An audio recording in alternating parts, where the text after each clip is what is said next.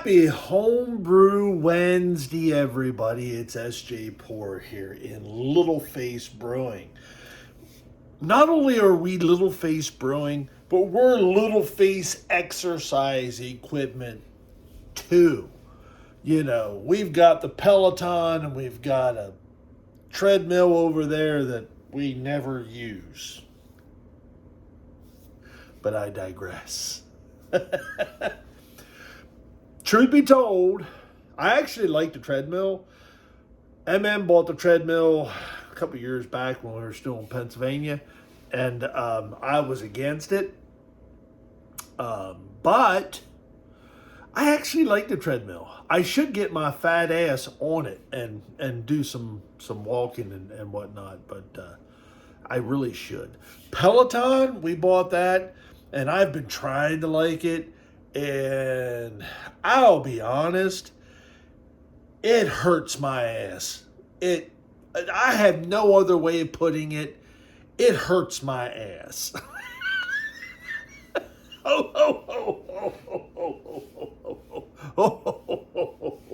It does. It does. I've got to figure that part out because I like it. I like the concept of it. Don't like the cost of it, but I like the concept of it. And I have ridden it. I have not actually put a session in since we moved here now in 2 years. So one of the things I need to fix on, I need to get a bigger seat for this big fat ass, and I need to get new pedals because I don't like that clip in. I don't like it hurts my knees because my knees kind of don't like it. Wow, I went way off kilter on this. Why am I here? Well, right here is the reason why I'm here. I grabbed this. This is literally the first pour off of the Back IPA. That I need to send out to, I need to send it out west. Yeah. This is a bit cloudy. I'm a little concerned on that color. It shouldn't be that dark. But again, first pour, yeast, throw it out in the yard. This is the second pour. I've not tasted it. Nothing. You guys, this is live TV, baby. We're going to do this together. We are. I will say that the aroma off of this is delightful. Getting some of the malt, which is what I like. I like having a little bit of a malt backbone. You all know that. And the citrus hops were straight up front, which is nice. I'm really glad that I did Citra for the dry hop. I was on the fence, but I decided to do Citra. I'm going to go ahead and pull up this recipe while we're sitting here because I'm sitting at the desk side, which isn't really a desk. But again, I digress. Let me find you. I have a hard time remembering what I called this. Was good right here. It is. So open. Sesame. I use Beersmith, and I'm going to go to the notes section of this. Brew day was really good. I hit all my numbers. Super happy with everything. Literally nothing went wrong on this brew day, which doesn't happen that often. Normally, something gets in the way. But anyways, pretty good. Go back to design. So this is it's 2-row, little bit of carapils, little bit of crystal 40 I put in there, just some Munich. And then we go into the hops. Marvel blend in the mash, Marvel blend as a first wort hop, and then we go into Cascade Centennial, and Citra as the dry hop. There, you should be able to duplicate this beer off of that information. Yeah, I'm crazy. Anyways, there she is. Color wise, it's a little bit darker than what I had expected. You can see it now. I keep going to the wrong side. It's cloudy. But again, like I said, this is the first pour, whole 9 yards. I need to stop talking and start diving in. Salute.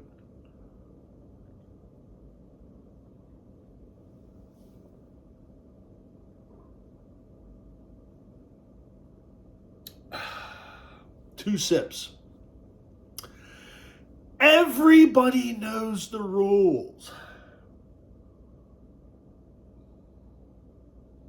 Mm.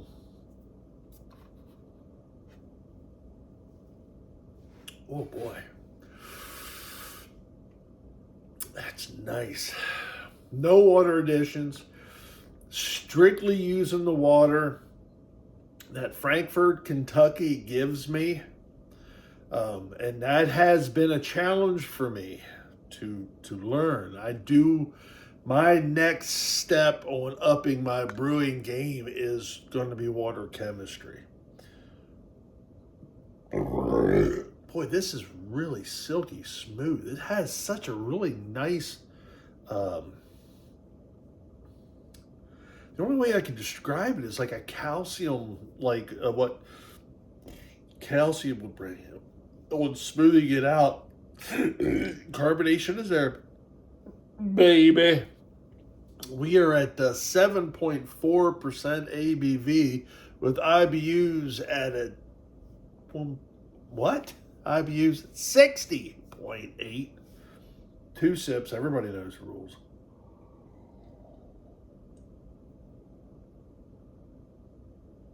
Yeah, Carl. I'm looking forward to sending this out to you to get your take on this.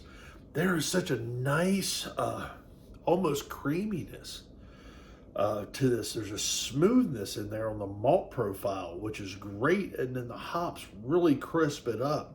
Centennial and Cascade. You can't go wrong with those two hops. And then throw in Citra for some of that aroma.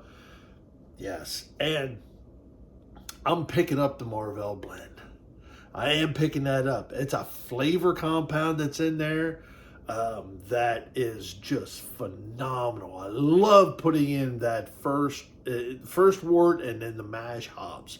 It locks in a flavor profile that is just, I can't recommend it enough. If you've got some leaf hops, some homegrown hops you don't know what to do with, throw them bad boys in the mash. You won't be disappointed. I'm telling you, you won't be.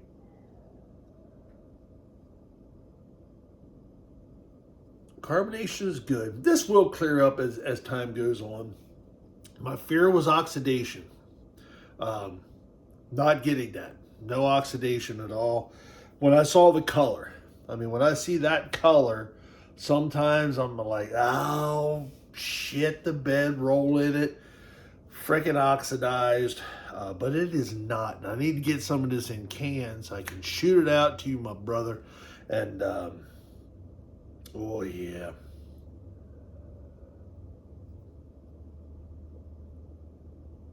I am curious as to your take if you get that creaminess. It's so smooth and subtle.